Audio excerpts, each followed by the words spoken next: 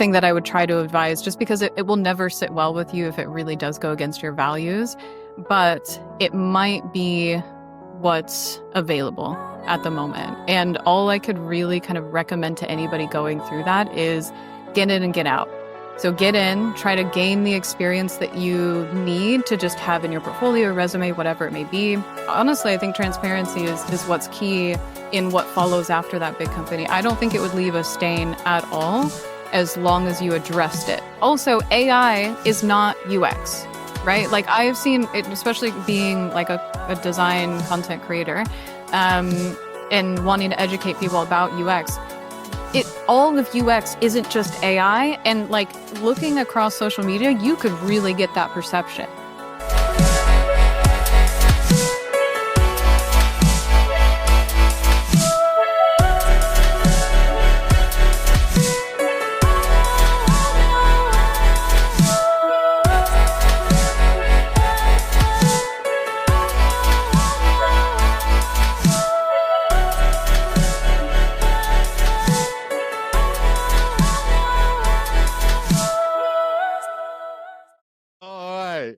Miranda, you know the drill. In fact, you know what? This time you're going to count us down and you're going to do the introduction because I do it all the time. So I would like to see a different perspective. Do you know what I mean? Oh man, you're going to throw me into the deep end. Yeah, you know how it is. You know what I mean? Go for it. Okay. 3, 2, 1, go. And wait, I don't know. I don't know how to act on the other side. This is the first time for me, so please. You're like 4 beats behind, and then I don't know what this is. I don't know what it was either. I was caught off guard, literally. I was so caught off guard. This is probably how it feels when I do it to all you lot. Do you know what I mean? What do I do with myself? I just sit here. I don't know. Oh, good. Well, I'm keeping that in as usual. I'm keeping that in.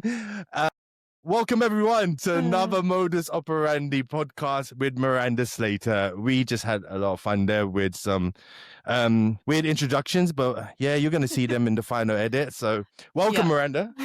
Thank you. Glad to be back. Glad to be here. Always glad to have you on the show. And yeah, we got some great topics that we're going to speak about today. And this time we're actually going to start with the topics because we went off beat with the last one. Offbeat. Yeah, I swear we didn't even get to our topics until probably the end of the podcast. So yeah, if even, I don't even think we covered everything, but yeah. All right, Miranda, I want to bring up this first question. So I think it's apparent that the job market is very dire at the moment. People are struggling to find jobs, and I think it's been like that near enough for about a year, in my opinion. And it's got worse over the last 4 or 5 months. Now, a lot of people who I speak to, and one of the reasons I did put this topic up was the whole thing about ethical design. Working for companies that really do break some form of ethics. Now, it can range from a variety of different ones. And I think the ones that always comes up is kind of like, working for scientific companies or something like that do some form of like animal testing, etc., etc. Yeah. Now, a lot of people who I've come across have said, they've had to apply for jobs in these certain companies where they know of, like, for instance, probably will get bleeped out. I'll bleep this out just so that we don't have anything, but something like which has a very, very bad reputation.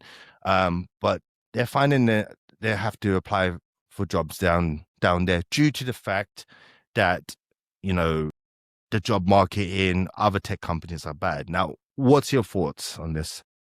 Yeah, man, that's a tough one, right? Then I think it comes down to your level of education around those companies, and then your personal values as well. Because I think a lot of people they won't think twice. They'll be like, I just want the job, I want the money, I want the experience. Great. But for me, I actually have a personal story about this. It's a gambling company, and it was a product, or it was an app that was very focused on getting people's money and kind of like training that gambling kind of muscle, which we know gambling can be an addiction and all these other things. And it just didn't sit right with me.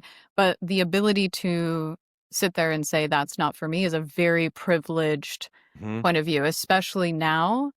So I really empathize with the people who are kind of, yeah, I guess going against their morals or doing whatever they kind of have to do to survive this time. And I think that's just, it has to be human nature, right? I would say that anything that I would try to advise, just because it will never sit well with you if it really does go against your values, Mhm. but it might be what's available at the moment. And all I could really kind of recommend to anybody going through that is get in and get out. So get in, try to gain the experience that you need to just have in your portfolio, resume, whatever it may be. Um, and then try to never stop looking for a company that will better suit you, right? And yeah, I completely empathize though. If somebody had to go against their morals to survive, to pay their bills, to do whatever they want to do, and especially if you've invested all this time and money into education around being a UX designer and things, like, I mean, hats off to you because like you got to do what you got to do at the end of the day. But what I would say is don't just kind of let it settle, because even if you're not actively thinking about it day to day, you're stuck. You're looking at the product, you're thinking about helping people buy, I don't know, bottles of water, you're helping them just have fun, play a game or whatever it may be. You could get really focused in on that, I think, and then forget about all the behind the scenes of what you know about what this company does uh that you don't agree with. Mhm. So, yeah, but what do you think? I think it's as you mentioned, when your back's against a wall and you have to put food on the table and you have to put a roof over your head. I think it comes down to, as you just mentioned, you kind of just have to go in and take what's there. But I mean, I like the advice that you just put there about get in and get out, because again, your well-being is so important, and not having a job causes, well, if you're not in a financial situation to support yourself without a job, it's a lot of stress that can be put on yourself that you have to burden, and it kind of it kind of spreads even worse, because you start having doubts about yourself, you start having burnout, it comes with so much. And I think, you know, I get that the ethics is important, but at the same time, your well-being is important, because in the long run, you're doing yourself a lot of damage by having a lot of stress and a lot of debt and, a lot of, how should you say, things over your head where, banks are chasing you or debt collectors are chasing you. And it's not worth it, in my opinion. But then at the same time, there is a limitation into some. I think you have to kind of say to yourself, which is the lesser of two evils? If you, like, for instance, you have a dog, I have pets. Would I work for a company which I know is testing on animals, where I completely do not agree with that? Then you kind of say to yourself, does does your ethics kick in? Are you Hmm. willing to say, like, oh yeah, I'm being ethical and I will not work for that company, and I'd rather starve and be thrown out on the street? Because I can imagine you'd be like that. If somebody was testing on dogs, you'd be like, hell no, I'm not going to work for that. I'd rather live on the street than test on a dog, you Yeah, know? 100%. Yeah. I'd go So, back to working at Subway before yes, you know what I mean? before I worked for a company like that. Yeah, Yeah. for sure. So, I mean, it really does come down to how far is your limit to turn a blind eye to these type of things. But then it also, I wanted to kind of get your take on this, like, when working for those companies, and as you mentioned about the get in, get out method, um, do you also think that it also brings a stain on your CV by working for those companies? I mean, let's use Netflix as a good example. You know, does it bring a stain on your CV to be working for those type of companies? I mean, my approach would be to be completely transparent with exactly that. It's like, let's say if I wanted to work for, or if I had to work for somebody, a company that I really disagreed with, and it was widely known that, their impact on things or their immoral stance on some things, I would tell the next company exactly what position I was in. It's like I didn't have a choice. It was either this or have to not be able to pay my rent, right? But I completely disagree. And also use that as a reason as to why you want out of that Yeah. company, right? The age-old question, why are you leaving your company in Yeah. the interviews, right? Be honest, and then if you show that strong kind of moral compass to a company that it aligns with. So let's say if you go, I don't know, you move in with a really green oriented or sustainable oriented company, they're going to hear you, and that's actually going to set you apart. And I think any human on the face of the planet is going to really understand, if you don't say, oh, I just, I really wanted the paycheck, because, maybe working for a larger company like that will set you up better than some smaller Hmm. ones.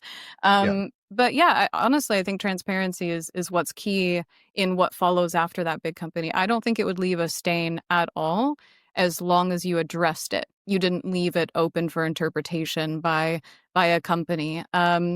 Even, oh man, I would even say, because if you think about it, a stain like on your resume, you don't get to you don't talk to people immediately, right? You just Hmm. send your resume through an AFS system, or a recruiter sees it or whatever, but you don't get a chance to tell that story. But your cover letter would. So again, I would be putting that stuff front and center if you think that it could be a reason for you to be maybe, yeah, looked down on or Yeah. rejected Yeah. in some way. But make that first impression something like, I'm ready to get out of here because it doesn't align. The only reason I'm here is because I need to, I need to survive, essentially. I also think one thing that came to mind when you were speaking is that, from what I hear in the industry as well, a lot of times the big companies who do the most damage also have the most horrific ways of working. Like, it transcends from not aligning to the best morals or ethics or whatever they may be. That transfers into the working culture as well. So I think it would be a very rare experience that somebody would go work for a company not doing great things and then not see that also kind of vibe in the company itself. So like you were saying, right? It's like, do you get up to, you get the pros and cons, or you kind of have to weigh your options a little bit. I think you'll be weighing those options even within your team space. Like, do Wow. they value design? Do they see the purpose of doing things for other people? Or is it all about the money? Is it all about Hmm. that? You'll see that come through. And so that's also something you have to weigh up as well. Yes, it's probably good for experience. Yes, maybe literally 2 months, 3 months, and then you're out and you're somewhere else. It could be just like that. But just keep in mind that most of what I know, even for the really, really big companies, the FANG companies, they're Hmm. kind of known, one, not for the best ethics, and then two, not for treating designers the best way. Not even designers, like just workers in general. Yeah. So yeah. Miranda, I'm going to take a flip on this. Now, Mm. I mentioned this question with the context of testing on animals, especially dogs, because I know that you're very passionate about that.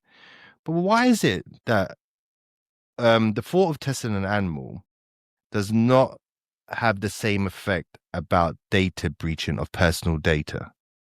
So, for instance, if you know that this company has Mm. been known for, cyber breaching, and, they're not really secure with people's details, and you know how much damage can be done with having somebody's personal details. There are crazy stories out there. Why is it not that same effect as it would be about testing with animals? You like, and let me give you my 2 cents before you answer. Yeah. You get somebody's details, you can literally rip them apart. You can Mm-hmm. rip their whole livelihood. You can take their whole life savings. You can literally, their whole life can be demolished just by these data breaches. Why is it not the same effect or the same type of feeling that you would have as a company known for tests on animals? I'd have to speculate that I think the only reason is just because it's the same as politics. It's the reason I think most people don't have this like visceral rejection of the idea of that of testing on animals, because like yeah I've seen the videos of animals being tested on, or the things that happen in Asia and stuff like that, and it is revolting. But the idea of and hearing the stories of somebody going through that kind of data breach or their identity being stolen, that's awful too. But it's the same, I think, the same reason that politics doesn't affect most people in the same way, because Yeah. it's the distance of it. It's the stranger. It's not happening to my I bet you anybody who's has a close experience with it probably does feel quite similar to animal testing. Hmm. And I think it's just that closeness. Most people have this relation to pets, but if you ask somebody who, one, doesn't really like pets, Hmm. just a preference, never has had them, I bet you it's a very big kind of mental difference than Yeah. somebody who does. But for the vast majority of, if you look at statistics and how much money people spend on pets in every country, vast majority of people love animals, love pets, et cetera, et cetera. So I think there's a few variables like that, but it's the visceralness of it. It's the fact that it's literal torture versus something that's like it feels more distant, right? And if it's not happening within your close sphere, or yeah, I'd have to speculate that it's probably that as to why we're not, like, oh my God, about it. Yeah.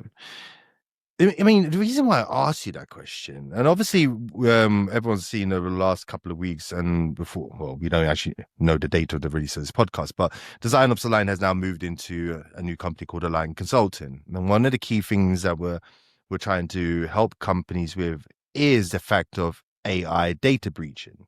Hmm. And how much data breaching is currently happening. And so the reason why I asked you that question is because people, like, they don't really have that stigma that OpenAI is a bad company to work with. But a lot of people who have been working at OpenAI are all coming out and, they're letting the cat out of the bag of how data is being shared out, and how dangerous it is, and how the AI is becoming more dangerous in that aspects. And so, you know, people at the moment are kind of jumping on the bandwagon to work for a company like OpenAI because they're growing so massively. Like DeepSeek, another company growing so massively. All these AI models, I think that we have one in France, which is growing massively, but the efficacy behind it is really, really bad. So can you see my take? Can you see where I'm Yeah, no, going with that? absolutely. I mean, think about the Ford company. Think about when cars were industrialized in America, right? As that expanded, they weren't thinking about repercussions. They weren't thinking about the the acts of pollution that petrol kind of causes, and it expanded, and then roads, the whole infrastructure change and everything. But it's like, and then there was a moment, 20, 30, 50, 100 years later, we're like, oh, this is really bad. Yeah. and we need green solutions, and we need all these other stuff. And there's so many, that's just the first one that comes to mind, but there's so many things like that in history. Human nature is to grow, to expand, and then worry about the consequences later. And Hey. I mean, OpenAI is just another one of those. We'll probably hit a moment. And actually, if you look at it, like the GDPR of the EU, like they're really Hmm. concerned about it. I think they're on the edge of like locking it down, and it could bring all of this to a halt. Yeah. At least in the EU. I know, like, America and other places are a lot more flexible, but if you think of China, they lock their stuff down. Korea, they lock their stuff down. So there's a very real possibility that this is just the hype of it, and either the governments are gonna block it from really making catastrophic impact with data breaches and whatever else, or it will continue to grow and expand just like the Ford company, and then we'll have an oh shit moment. Sorry to cuss, bleep it out, but we'll have an oh shit moment of like, oh, millions of people's data is impacted. China's got it, whatever, Russia is, whatever country has just gotten it now, and this is what they're doing with it. They're holding people hostage. They're holding, Hmm. like, until it's that close to home and that many people are Yeah. impacted, Yeah.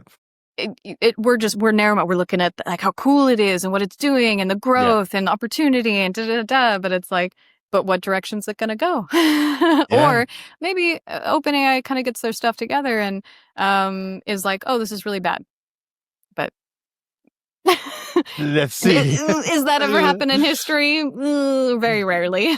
Yeah, exactly. And I'm glad Yeah. you mentioned that about Europe jumping on that. I think one of the key things we're noticing is that a lot of people don't know about the AI Act that's coming in August, where they're tightening down on all the AI models that are out there, and this is especially in Europe and spreading all the way to Asia as well. Obviously, America has their ways or their laws, what's happening, but then I think it does open up a can of worms about how we are using our data. Especially like I've signed up to so many AI different tools to test them out and just throw my Google login details like crazy. So, but then it comes into this next point. I think, and I'm glad you brought this one up. Have we just gone into AI fatigue? I know I have. I can see, man, your head rolled back so much. Yeah. Did you do the hand as well? Oh my God. Oh, I fainted like a 18th century woman. Yeah, dude. Where do you want to start with this? No, you tell me. What's your thoughts? Tell me what your thoughts are on all this AI chatter that we've been living in now for what, year and a half? I think it's just exploded on our social media networks like crazy. What's being shown with these social media platforms is, oh, you could do this, or you can automate this, and then you get to use the tool, and then you find out you have to pay for a subscription.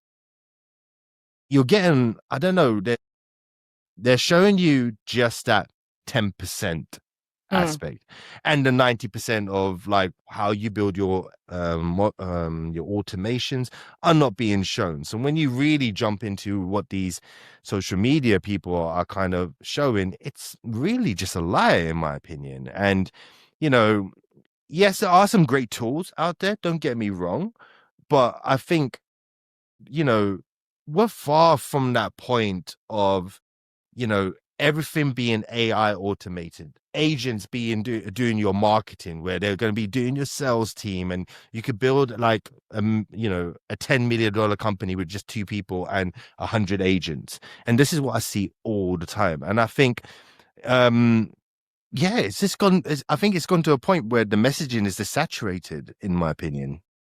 I'm so over it.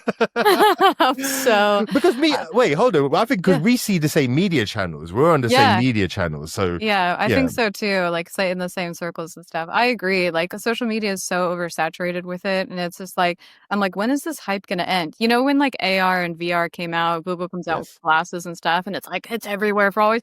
But like, it ends eventually, and I just feel like this whole AI thing isn't coming to an end, because to me, it's just, if anybody's out there is kind of still asking the question of like, oh, is AI going to take our jobs? They're just stop. Just, there's so much information out there. It is going to evolve our jobs. Let's get on with our lives. Also, AI is not UX, right? Like, I have seen it, especially being like a design content creator, and wanting to educate people about UX. All of UX isn't just AI, and like, looking across social media, you could really get that perception. You could really think that like AI is good. Oh, we got this tool over here, and then it's going to do this thing, and it's just so not. There's so much more to being a designer than what AI can do for us. And what I'm really irritated that I'm not seeing more of, and also my fault because I haven't created content around it, but is how AI is going to change how we design for products, how designers need to understand what products are capable of. I always go back to the reference of like when we went from web apps to native apps, and you can do so much more with them, right? Well, this is on steroids now, because the contextualization, the personalization that you might be able to utilize within your designs. Who's thinking about that? Who's learning? Who's trying to understand that? And and figuring out how we design for it. I think in one of the episodes we were talking about testing with AI. How we going to do that when everything is going to be so personalized and contextualized, and we have to build full apps just to test with one user? That's a lot of money. So yeah, I'm so over it. I'm so sick I of can see it. I can see it in your face. You're just like, forget this. but, like, just accept it. Like, yeah, Yeah. AI is here. Yeah. Let's use what has a value add today. You know, we got the Miros, we got the idea generation, we have the research capabilities. Great. Can we just, like you said, can we design billion-dollar products by a single person? No, we're not there. Keep tabs on it, just like you have to keep tabs on every other technology thing that goes on in the industry. But like, get over it already. Like, it's here. It's not going anywhere, and it's also not going to rapidly change and like revolutionize things tomorrow. It's going to be a slow build up, and you'll have time to adapt. As long as you just kind of think about adapting, you'll be able to do it. But like, is it everything? Is it the end all be all of like everything that a company needs? No. So can we like stop acting like it is, please? Thank you. I'm glad. I can see that you just got that off your chest. I did. It was brought up. It was actually kind of stemmed up. I did a live last Wednesday, and somebody was like, "Is AI going to take our jobs?" And I'm literally like, "Oh my god!" Like, I'm gonna look for that. I'm gonna try and look for that scene and try to put it in. So yeah, clip it in. But I'm just like, dude, I get the fear. Like, I empathize with everybody, but be more pragmatic about it. Like, seriously. Like, play with the tools, do the things, but like in terms of real, actual change our processes, change what we do as designers, baby steps. It's literal teeny tiny steps, and you can adapt to that. It's not like you're gonna have to sorry. We're gonna bleep that one out. We're gonna bleep that one out. You're not gonna have to just like completely try to figure out a whole new job tomorrow. It's not gonna happen. We're gonna see a slow change. And today's session is more of a therapy session for Miranda. You can see she has just let go with that one. I need this. I need to break free. Yeah, I can see it. Dr. Shan is always here. Don't worry. Yeah, Dr. Shan is always here. Nice. I want to backtrack on something, and I love that sentence. It is going to evolve our jobs.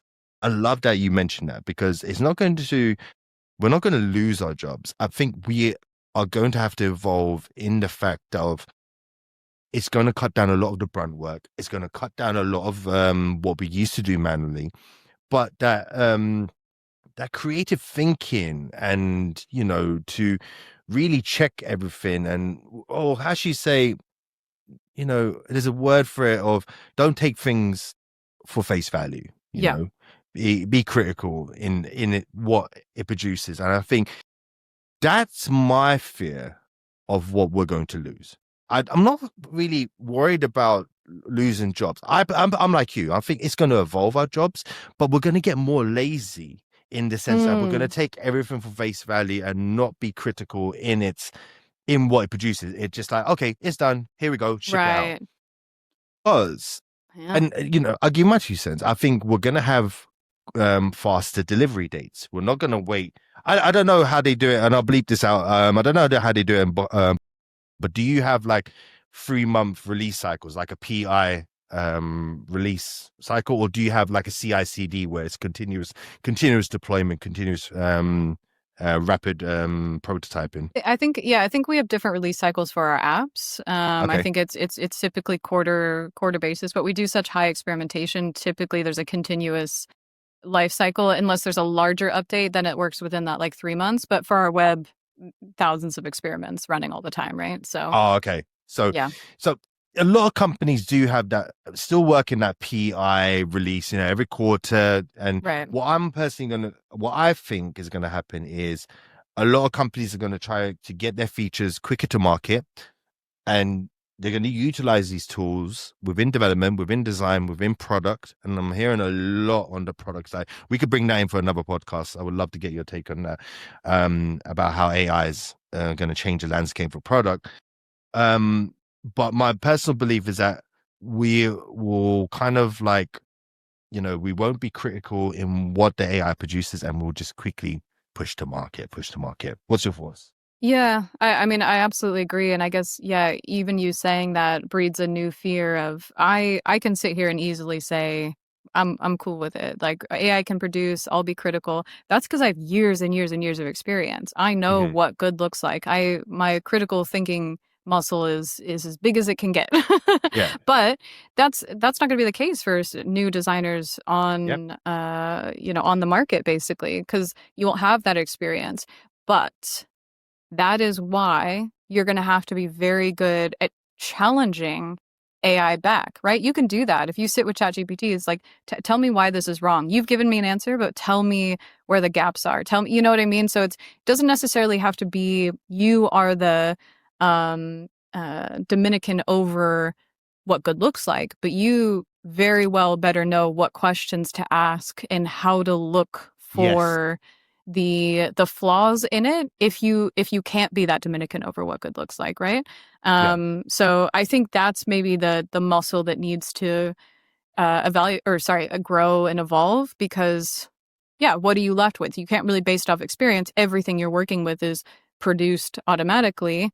So what do you do with that? You challenge it, you question it, even back to itself. I think is probably where we're going to see things go. Because otherwise, yeah, but hands down, you're 100% right. We'll have people and companies who do that.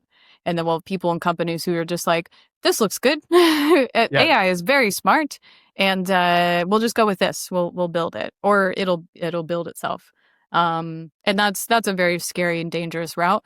Hmm. I do wonder though if we'll see an immediate, not an immediate, but like a relatively rapid, like, oh no, we put this out, nobody's using it. People are struggling with it, like flaws within the product space. Hmm. But after you spend all this time and research and design and whatever, but you put it out there and it's like, well, why isn't this working? Because you didn't check it. You didn't check it first, right? Yeah. It's the same thing that happens now just a lot faster and more automated. If you don't actually allow designers to do their work or researchers to do their work, and you're just like ship it, MVP it, whatever, it Hmm. gets out there and like, well, why is nobody using this feature? Well, Well, but even if you follow, okay, say if you do it from a human perspective, we don't get it right. I think that's the whole point of UX. We're not there saying, yeah, our work is definitely going to get you, or we're actually going to fix that problem statement. We're scientists, we're experimenters by trade. If you think about it, like I always have this discussion where people say, well, what are UX designers? And mm, really and truly, UX designers are scientists, in my opinion. mm, We experiment. Okay, it is to do with design. I get that. But we can't say that, oh yeah, whenever we design something, it's always going to solve the problem. It's totally. our job to learn, test, revise, strategize, and try something new. Yeah. And I think it really does come down to that we can do it faster and get feedback faster, great. But we will still have that human element at the end of that experience or thing that we're fixing to validate if we're doing things right. So I think, Yeah. if a company relies on, oh yeah, we tested it with synthetic users, we tested it, we used this tool to build it, it shipped faster. That'd be a bit naive to think that, oh yeah, you're going to fix the problem statement just because you've used tools to make things faster, Mm-hmm. you know. And I Yeah. think there's something I just posted up today with yourself about, do you want to ship faster or do you want to ship correctly? Do you know what I Mm-hmm. mean?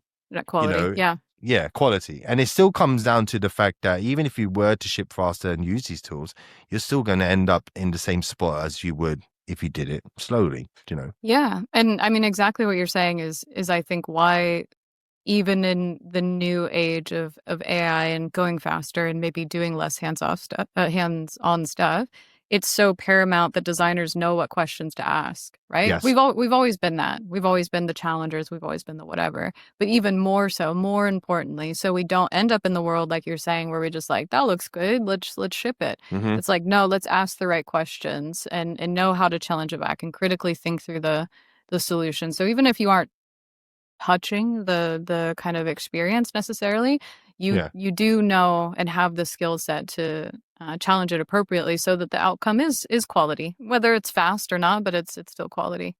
Yeah.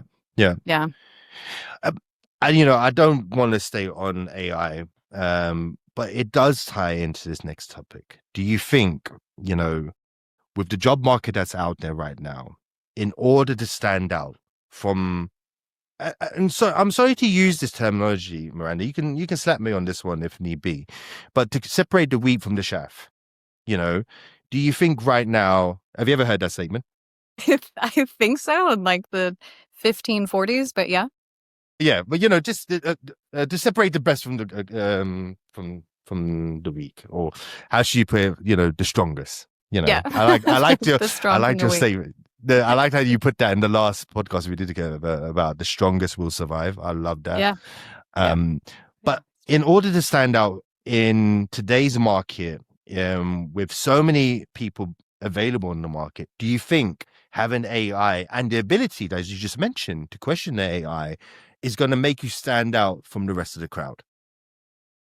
Do you mean right now or in the future? Let's take right now, because I think everything's just changing so fast. Next week, we could be talking about completely something else, what's happening on people's CVs. Yeah, I mean, honestly, I think right now the ability to utilize common AI tools. I'm not talking about the lovables. I'm not talking about any of the image generation ones. But I'm talking about baseline, just like LLMs, etc. That's standard now. If you can't do that today, like literally today, you are behind.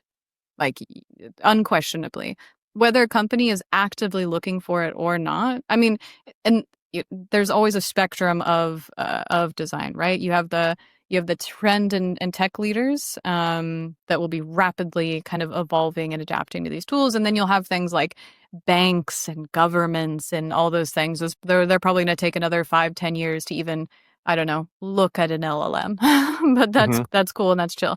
But in terms of like kind of baselining yourself, yeah, you should know how to generate a solid prompt. You should know how to adequately look through your research repository for what you need, or summarize, or do things efficiently in workshop, idea aggregation, stuff like that. Like all of that, and that's all quite micro stuff, in my opinion, but you should already have that. Does it need to be like the thing on your resume? No, but it should be listed within your skill sets today. That being said, of course, any company that's, I don't know, AI based or already utilizing AI in their product and stuff like that, yeah, understanding the impact, like I was kind of saying before, the contextualization, the modular UI potentially, did all these things that AI kind of enables. If that company does that, yeah, you better like brush up your skills to kind of make sure that your skill set is matching like the job and the industry that you want to keep moving into. Now, if you don't mind working in governments and banks and older legacy things that take a lot more time to adapt to these types of technologies, you're probably chill. You're probably set. Maybe you don't need to have it. Is that where you want to be, or is even that where the kind of like cool innovation and or money is? Not usually. I'd say that with the caveat with things like Monzo and Revolut and these kind of like next gen banks and stuff like that. But yeah, there's always going to be a spectrum of what's needed for skill sets across different industries that all utilize UX designers. Enjoying the content? Don't forget to subscribe to our YouTube channel and follow us on LinkedIn, TikTok, and Instagram for more updates. Your support helps us bring you even more great content. Now let's get back to our podcast. Are we just going to end up like we have at the moment? And I like this terminology that I had this person come onto the show. His name's Thomas Wilson, and he used this terminology. I loved it. You're going to end up with a lot of senior juniors, Okay. Where they kind of like make their, and you are amazing about this, because you do a regular show of revising or reviewing people's portfolios. You do that regularly. You come across a lot of portfolios, and you've come across a lot of portfolios where they show all this fancy stuff, this animation and blah blah blah, and we've spoken about this before, about like, well, bring into a business context. Where have you actually brought in micro interactions into business context? Are we going to end up with CVs like that, where, yes, I can use AI tools to build this. Yes, I can build this. I can do this with Lovable. I could do this with Cursor. But then where have you used it in a business context? As you just mentioned, a lot of companies are still behind on using these type of tools.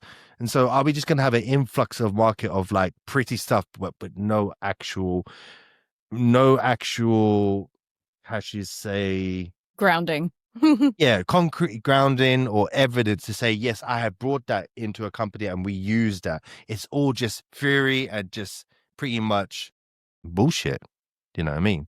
Yeah. I mean, I don't think any more than we already see today, right? Like the tools change, but the level of knowledge or kind of approach doesn't change. So exactly like you said, rather than like a static image on Dribble, it might be a interactive, cool design from Lovable.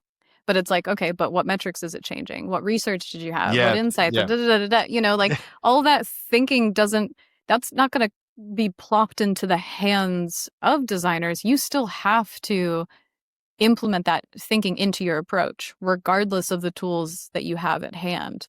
So unless there becomes like I don't know, some sort of ChatGPT model out there that you can kind of run your design process through that make like literally lays it out for you. What business insights do you have? What are the OKRs for the team? Like it starts prompting designers with all those questions.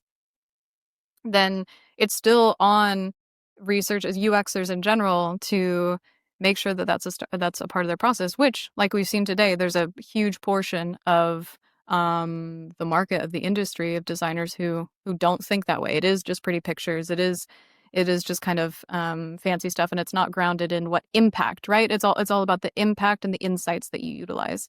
And there's I don't think that's going to change. The tools aren't going to make designers start thinking more strategically. Like you and I have to do that. That's still on us, man. ChatGPT AI is not going to change that, in my opinion. Yeah. But Miranda, you've come across so many portfolios. Yeah. What makes a great portfolio from your perspective? Obviously, what you just mentioned, how you brought impact and etc. We know that's key. I think that's get mentioned a lot. But from your perspective, you don't have to think about the general market. What in your opinion makes a good portfolio stand out from all the rest? Fundamentally, somebody who can articulate and showcase their design thinking concisely. Okay. And that is a very simple thing to say, and it is a very challenging thing to do, because you'll see everything from an absolute essay written in a case study to bullet points where you can literally see what gaps are missing, and you just haven't shown me. And I just reviewed a portfolio the other day, and I'm like, I literally don't know what you did in this whole project. The way that it was articulated was it was so vague, and I was like, you could have copied and pasted this from a template you found on some UX website. I'm like, I don't know what you did. I can't get in your mind at all. And I can't see you coming through. I think fundamentally that's such a paramount aspect of a good portfolio, is that I can see you and I can see how you think through the problems that you are faced with. If I can't do that, because I'm trying to hire you, I'm not trying to hire some design process that you found on Google or a service design template that you found on Miro, right? I don't care about those things. I want to know why you used these steps within your process, what you used to make those decisions, and what impact you had. And I say a lot about impact, and everybody challenges me back. Oh, well, what if I didn't have any impact? It's a fake project, or it wasn't, built, or I left the company. That's fine. Still talk about it. Yeah, Talk about your exactly. understanding of what would you do Yeah. given it was actually built, or whatever. What do you expect the outcome to be? You can still show off your understanding of that without it actually happening. Yeah. And yeah, those are the key core aspects for sure. I love that because, and then today I've been doing a lot of name drops. This is how good probably the shows are. I just, I had Vitaly Freeman on last week. And the reason why I brought him onto the show is because he made this course about how to track the impact of your designs. Oh, cool. And one of the things that we spoke about that I was mentioning is a lot of designers who come into this field do not know how to track their designs. And I asked him, I said, and I'm going to ask you, is it the fault? Well, okay, let me actually rephrase the question. Do you think the impact of your design should be defined by your designer, or do you think that it should be designed by the product manager? Meaning that, okay, we need to hit this KPI in order to say that we've solved the problem, and that's our impact goal. Yeah. Do you think that it should rely on the designers to define that, or do you think it should rely on the product managers to define it? I think it should absolutely rely on the product managers, because there's a hierarchy that goes way up from there. It's not just the team OKRs, then you have the department OKRs, then you have the company OKRs. And I believe that a designer should be aware of all of that, but in defining what you think, how quickly you think engineers can move, how fast designers can move, that's all in the PM. But designers should be met with a problem and understand that, oh, we have to move this, oh, we have to move that. And by way of trying to have that impact, you need to find the problem in the product. Okay, we want to increase click-through rate by 5%. Let's look into it. Let's do a usability test. Where within the product? Let's look at the heuristics. Oh, the CTA is almost invisible. That's probably what the problem is, right? Like, I'm oversimplifying, but you have a goal in front of you. You need to go suss out why we're not achieving that goal, or what would allow us to see the opportunity. Or it's a lot of times it's negative. Oh, customers have a negative sentiment about this, that, and whatever. Cool. Go figure out why. And then come back with a proposed solution as to why. Designers are not the ones necessarily to be setting what those like mile markers are, what those goals are, but they should absolutely be the ones figuring out like what will get us there. From like the user, for solving for the user, for solving for the needs, or solving for the pain points, because that's the direct connection. You have a need, you have a pain point, directly correlates with the company doing better. But at the end of the day, the company's what's paying your, giving you your paycheck, and the company needs to succeed. Designers are the ones who have to translate that into solving for the user. But then it really does come down to, because you said the product manager, I flip it on the other side. I think that, as you mentioned, like, yes, you've got the initial problem statement and what is the KPI from the product manager, but it's really up to the designer to keep an eye and measure these impacts and see if their designs are even working, to then say, okay, did we solve the problem, or is this problem solving something that we can then iterate further on? Yeah. I've rarely come across companies that I worked with in my experience who did follow a kind of iterational design aesthetic, meaning that, okay, this is our MVP, it solved that. Now, what is the next thing that we can further enhance it? What is the 1.1 of this feature, 1.2, etc., etc.? And if I personally thought it was, you can tell me if I'm right or wrong with this one, I personally think it's the responsibility of the designer to then measure, is the design making the impact that we perceive in order that it solve the problem, or do we have to reevaluate the design, or do we have to reiterate the design for further impact?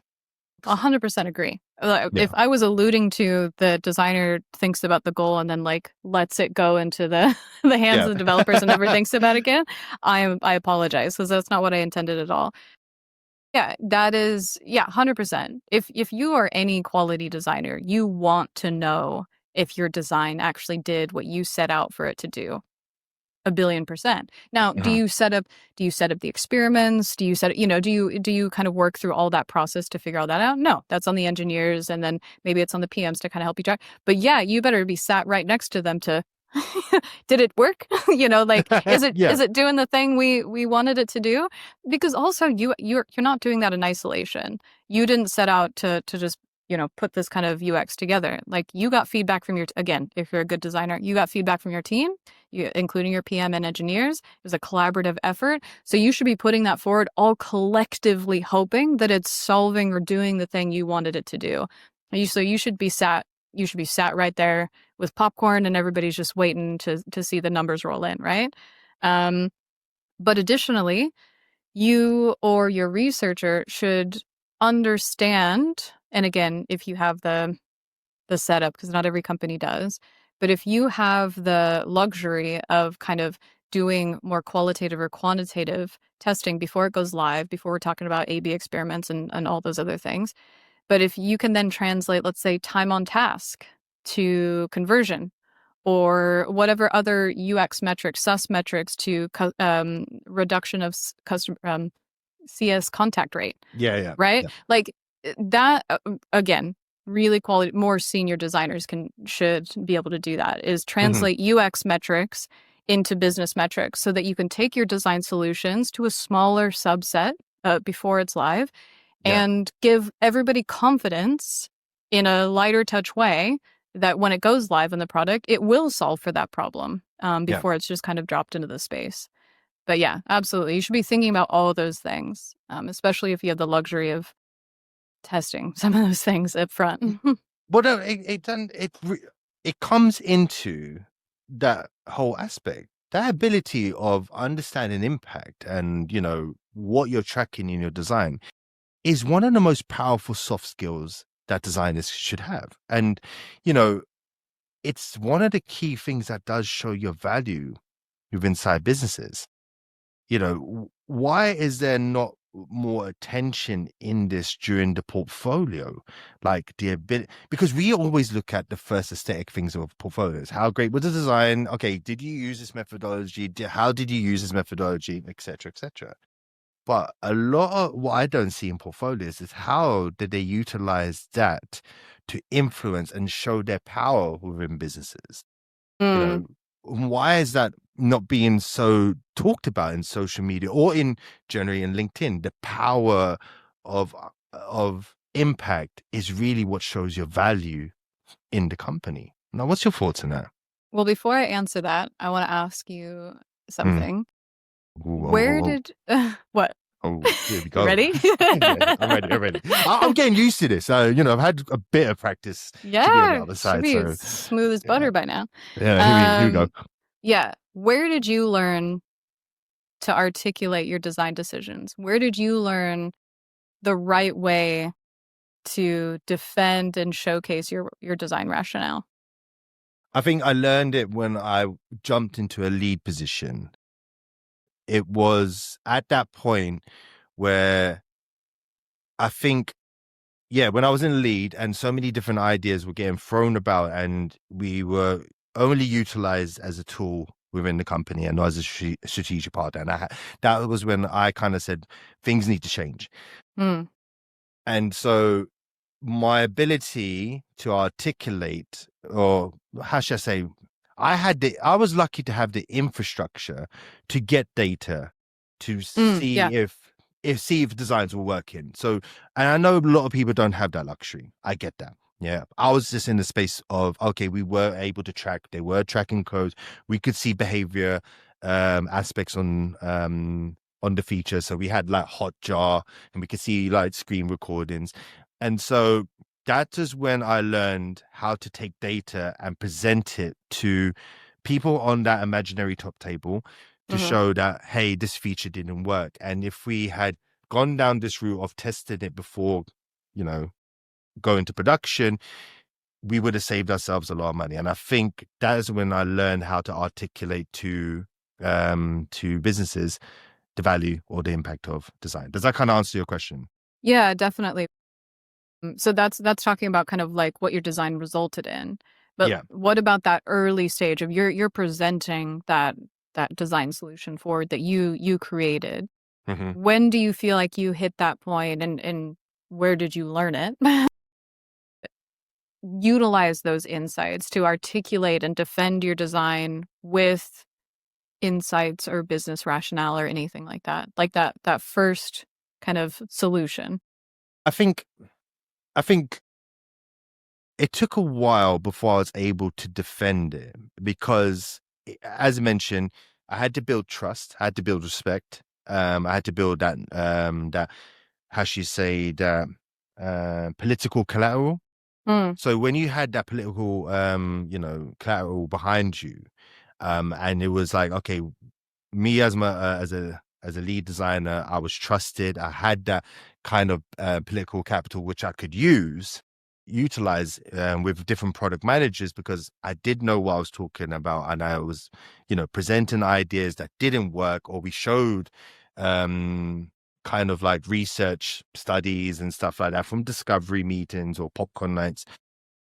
That was when I was able to articulate when ideas were not going to be valid, So I did have to build up that political capital in order to be able to push back on ideas.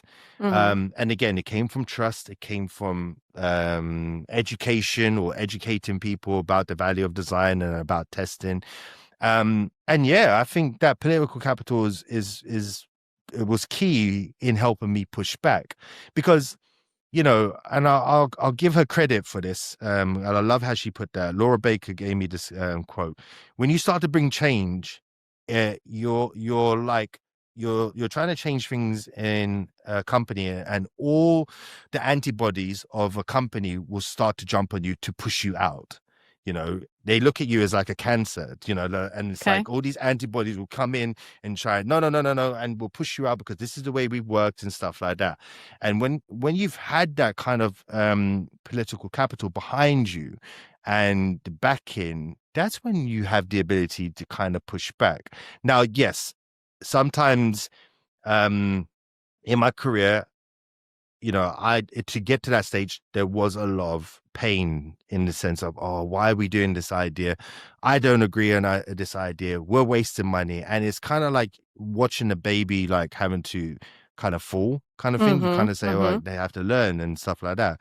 And so that's when I would say, once you've got that political capital and you've got that trust and you've got that backing, that's when you do have a leg to stand on. That's not to say don't voice your opinions and push back against ideas. If you are very passionate, then do so. But my 2 cents is, once you've had that political capital behind you, it's much more receptive than when you don't have it. Does that make sense?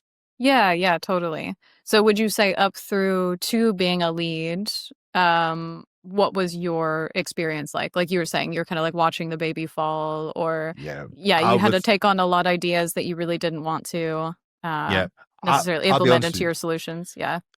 I'll be honest with you, Miranda. During my junior years, it's the same terminology I use on this podcast show. I was a pixel pusher. I was a wireframe monkey.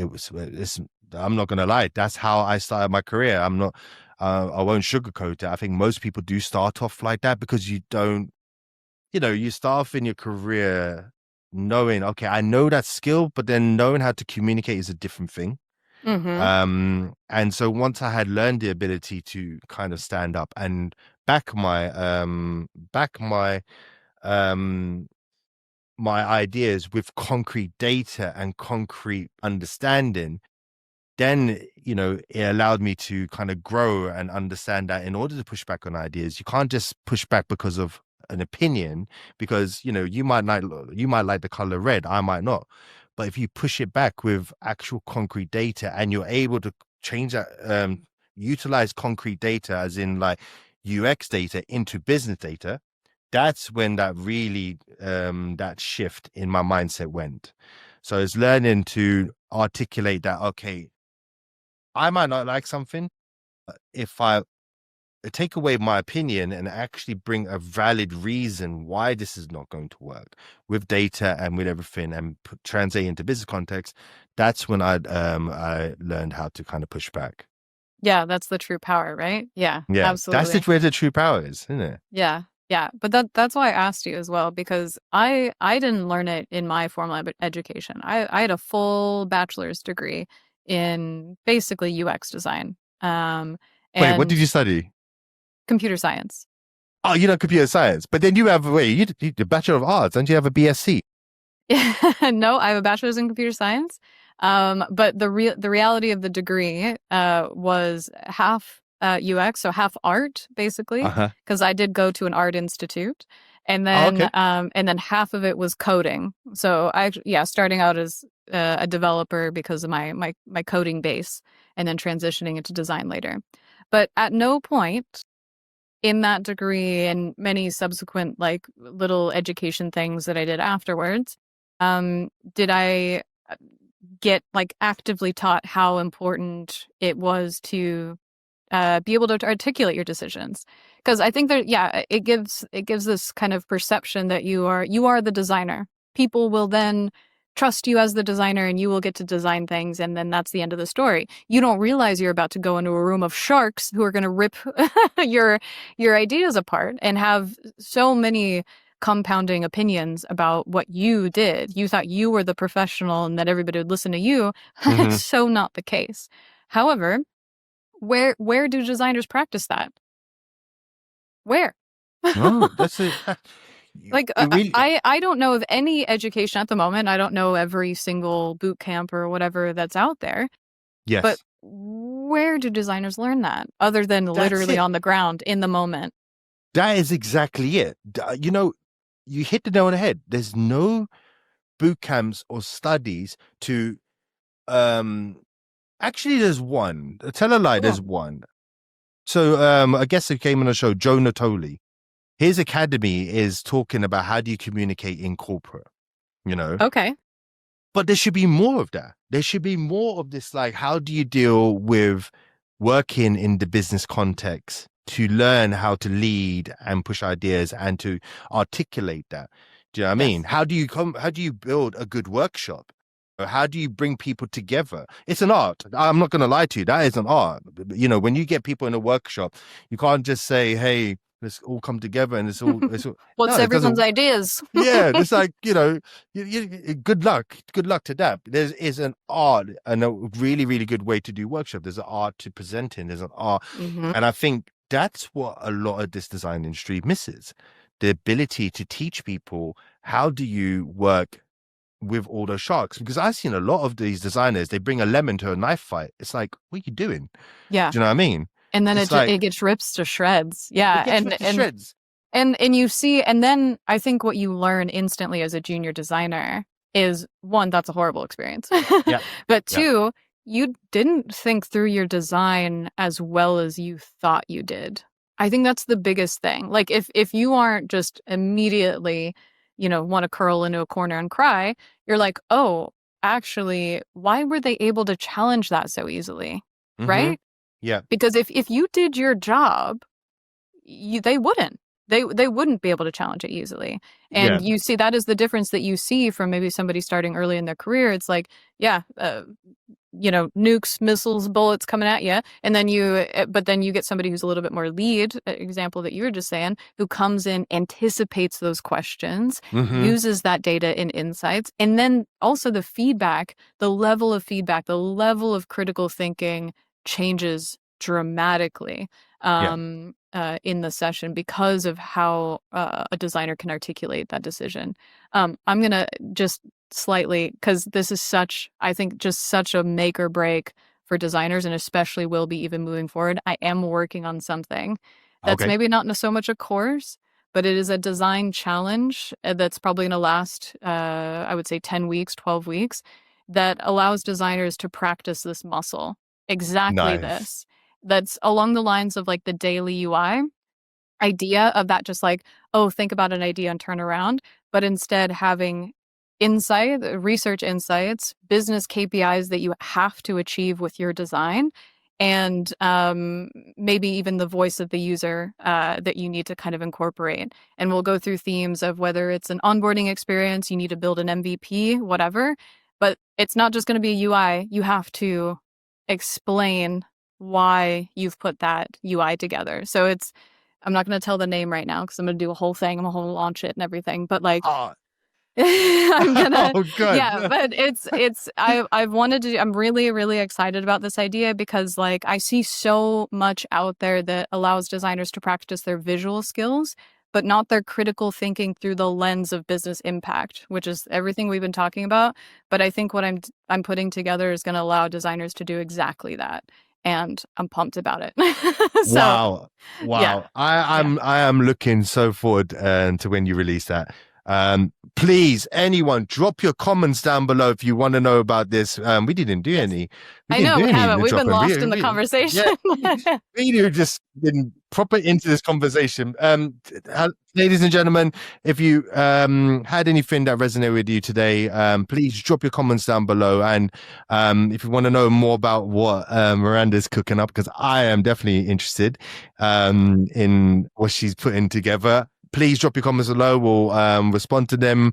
I'm looking forward to this, Miranda. I'm also because you mentioned one course, but any other education pieces that are out there that like help designers educate that like business understanding side, like drop in your challenges as well. Like I want to know all about that. Like where do you learn it? Is everybody just learning it hands-on, like as they go? Because that's what I feel like it is, but I could be wrong. I want to know about what personal experiences are as well. But me and you did. I think we learned it on the go. Do you know what I mean? Yeah. It's not the case that we got taught this. And I think my best learning, just so that you know, my best learnings was learning from bad leaders, bad design leaders. Do you know what I mean?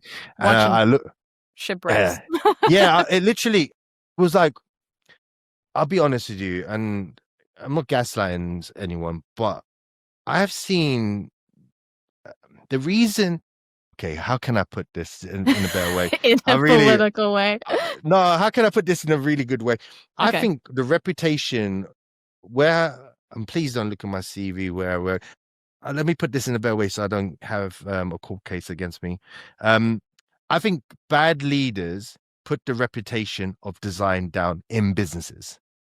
You know, and I've experienced them, like, where basically these bad design leaders didn't stick up for the principle, didn't stick up for their values, didn't stick up for their ethics. And what happened was it had a detrimental effect on the design teams that I was in, and our reputation went down.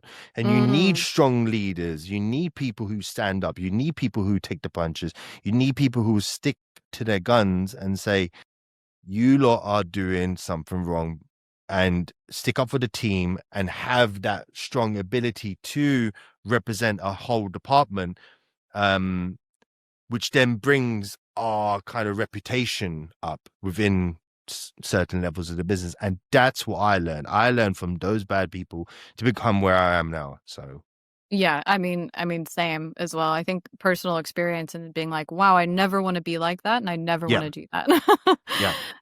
That's probably fundamental to all aspects of my life. But yeah, especially design leaders, which I see come and go in waves for different reasons as well.